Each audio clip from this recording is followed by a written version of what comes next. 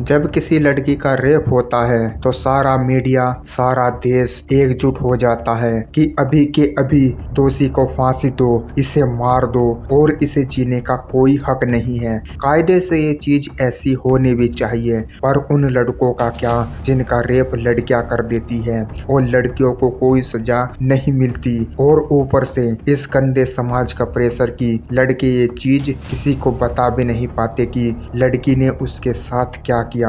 अगर वो बताएगा तो सारा समाज पहले तो मानेगा ही नहीं, और अगर मानेगा भी तो यही चीज बोली जाएगी कि तुझे तो अच्छा लगा होगा, जो कुछ भी हुआ सब अच्छा हुआ। पर उस इंसान का क्या जिसके साथ ये गलत चीज हुई, उसकी सारी जिंदगी कैसे बीतेगी, उसने कल को अपनी वाइफ को कैसे फेस करना है। ऐसी बहुत सारी चीजें होती है जो कि लड़के बता नहीं पाते। पर आज की एक स्टोरी दिल्ली के एक ऐसे लड़के की है जो सुनने के बाद एक बार आपका भी खून खोल उठेगा कि हम लड़कों के लिए कोई कानून है ही नहीं, कि हमारे साथ भी ऐसा हो सकता है और फिर उस लड़की को क्या सजा मिलेगी। आइए इस वीडियो में जानते हैं कि क्या हुआ दिल्ली के इस लड़के के साथ। इस कहानी की शुरुआत 17 अगस्त 2023 से होती है, जब नॉर्मल से घर का एक लड़का जिसका नाम सौरभ था वो डिलीवरी करने गया, और आगे उसके साथ क्या हुआ वो सुनने के बाद एक बार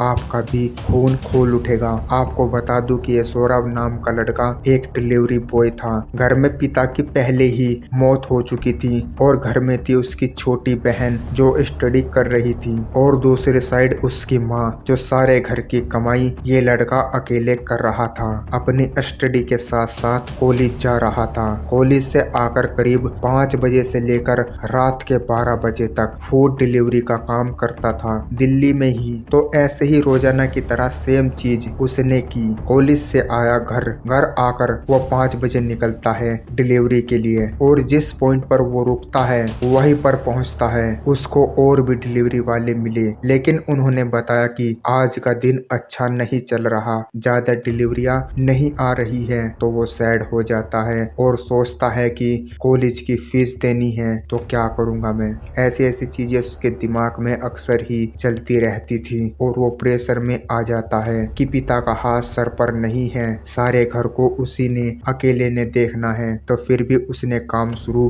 किया। ज्यादा डिलीवरियां नहीं मिली और रात के 12 बज चुके थे, जो टाइम था अक्सर इसके घर पहुंचने का। वो थोड़ा सैड था क्योंकि आज उतनी कमाई नहीं हो पा रही थी। फिर क्या होता है कि एकदम से फोन की घंटी बजती है। पता चलता है कि एक ऑर्डर आया है ईशा नाम की लड़की का। तो ये क्या करता है कि फटाफट बाइक स्टार्ट करता है और रेस्टोरेंट पहुंचता है, और वो ऑर्डर लेकर एक बार तो चौंक जाता है कि रात के 12 बजे कोई इंसान एक छोटा सा बर्गर ऑर्डर कर रहा है, वो भी इतनी दूर, वहीं से लगभग 10 किलोमीटर दूर पड़ने वाला था। अगर शहर में आप देखोगे तो ये बहुत ज्यादा दूर का रास्ता है। ये फिर भी उसने ऑर्डर पकड़ा और वो बताए गए एड्रेस पर पहुंच गया। जैसा कि आप जानते हो कि डिलीवरी ऐप पर शो हो जाता है कि डिलीवरी बॉय आ चुका है। एक बहुत बड़ा सा घर था और वहां से एक लड़की बाहर निकलती है। वो उससे फूड लेती है और उसे कहती है कि यहीं रुको, अभी पैसे लेकर आती हूँ, अगर तुम चाहो तो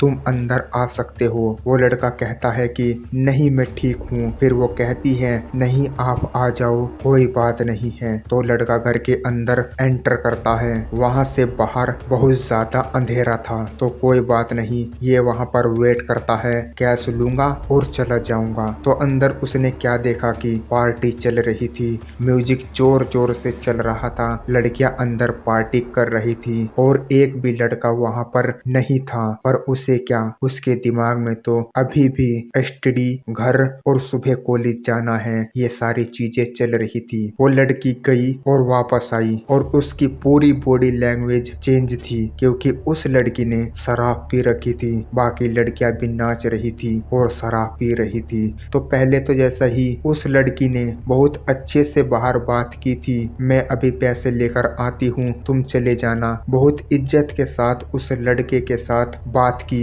लेकिन जब दूसरी बार आई तो उसके तौर तरीके थोड़े अलग थे। वो थोड़ा गुरूर में थी, उस लड़के को देख रही थी, और उसने आते ही बोला कि कैश तो तुम्हें मैं दे दूंगी, और मैं तुम्हें ज्यादा कैश दूंगी अगर तुम हमारे साथ पार्टी करना चाहो तो। अगर वो लड़का भी दूसरे लड़कों की तरह होता तो वो कहता कि चलो भाई, लड़कियां हैं और मैं अकेला लड़का हूँ, पार्टी करते हैं, चलो ठीक है। लेकिन वो बोलता है कि नहीं, मुझे सुबह कॉलेज जाना है और मैं लेट हो रहा हूँ, आप मुझे मेरी पेमेंट दे दो और मैं चला जाऊंगा। तो वो फिर से प्यार से उसे कहती है तो वो फिर से जवाब देता है। उसके बाद वो चिल्लाकर बोलती है कि तुम्हें समझ नहीं आ रहा कि मैं तुम्हें क्या बोल रही हूँ। तो वो थोड़ा घबरा जाता है और वो फिर कहती है कि तुम मुझे जानता नहीं, मैं कौन हूँ, मैं अभी पुलिस को कॉल करूंगी और तुम्हें पकड़वा दूंगी अगर तूने मेरी बात नहीं मानी तो। वो फिर भी कहता है मैं नहीं मानूंगा। वो कहती है कि तुम्हारे ऊपर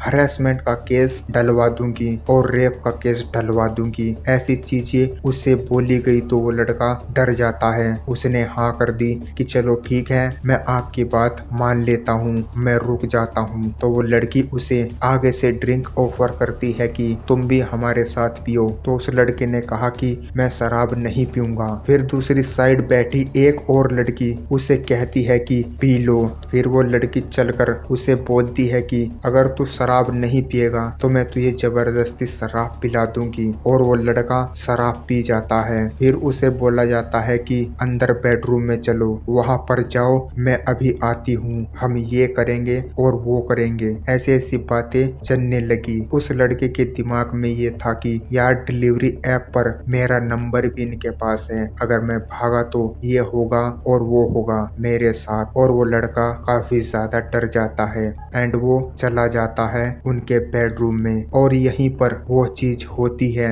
जो कि कभी किसी इंसान के साथ नहीं होनी चाहिए, चाहे वो लड़का हो या फिर वो लड़की हो, क्योंकि यही चीज सारी लाइफ उस लड़के और लड़की के दिमाग से नहीं जाती। तो उसी जगह उस लड़के के साथ वही पहली लड़की ईसा वो रूम में जाती है और उस लड़के का रेप कर देती है। दूसरी लड़की पहुंचती है और फिर तीसरी पहुंचती है और फिर चौथी और फिर पांचवी भी आ जाती है। 5 लड़कियां एक लड़के का रेप करती है। कई लोगों को ये चीज सुनने में आसान भी लग रही होगी कि क्या हुआ, लड़का है, मर्द है, पर अगर आप मेंटली देखो या फिजिकली भी देखो तो ये चीज बिल्कुल भी सही नहीं है किसी भी इंसान के साथ, क्योंकि कोई भी चीज ज्यादा मात्रा में की जाए तो वो जानलेवा हो सकती है और इससे उनकी जान भी जा सकती है। 2-3 घंटे तक उसके साथ वो सब कुछ किया जाता है। उसने अपनी जिंदगी में नहीं सोचा था कि उसके साथ ऐसा भी कभी होगा। और उन लड़कियों ने काफी ज्यादा पी रखी थी और वो उस लड़के पर इधर उधर उसके ऊपर कूद रही थी। और अब तक टाइम था करीब 1 बजे का। 2-3 घंटे ये काम चलता रहा। सुबह के 4 बजे वो लड़कियां उसे बोलती है कि अब तू यहाँ से भाग जा, क्योंकि अब उन लड़कियों की शराब का नशा उतर चुका था। और वो लड़का वहाँ से बाहर निकलता है और वो काफी ज्यादा रो रहा था। उसकी आंखों में आंसू थे। अगर वो किसी को बताएगा तो समाज उसका ही मजाक उड़ाता। और ये सारी चीजें उसके दिमाग में चल रही थी। और जो रात हुआ वो उसके दिमाग में काफी टाइम तक चलता रहा। एंड वो अपनी बाइक उठाता है, अपना डिलीवरी बैग पीछे टांगता है और ये लड़का बाइक से जा रहा था और रो रहा था। ऊपर से बारिश हो रही थी। ऐसे ही वो अपने घर पहुंचता है और उसकी माँ उससे पूछती है कि तुम कल रात कहाँ पर थे? क्या तुम पूरी रात डिलीवरी कर रहे थे या किसी दोस्त के घर पर थे? तो वो जवाब देता है कि मैं अपने एक दोस्त के घर पर था। और ये सारी चीजें यहीं पर थम जाती है। वो लड़का डर गया था कि अगर किसी को बताऊंगा तो मेरा ही मजाक उड़ेगा, इसमें मेरा कोई फायदा नहीं होगा। और ऑलमोस्ट 1 साल बाद वो ये चीज अपने किसी दोस्त को बताता है के साथ उसके बहुत पुराने रिलेशन से, स्कूल टाइम से उसके साथ पढ़ रहा था। तो वो लड़का पत्रकार था। उसने आर्टिकल बनाया और इस आर्टिकल को एक वेबसाइट पर डाल दिया। यहाँ से मैंने रीड किया और आपको ये स्टोरी सुना दी। और आपको भी बता दूं कि वो लड़का खुद नहीं चाहता कि उसका नाम, उसकी फैमिली, सारी लड़कियों का नाम सामने आए। इस लड़की के रेप होने पर क्या इसे इंसाफ नहीं मिलना चाहिए? आपका क्या कहना है? कमेंट करके जरूर बताना। और अगर आप ऐसी स्टोरी देखना चाहते हो तो हमारे चैनल सब्सक्राइब जरूर कर लेना।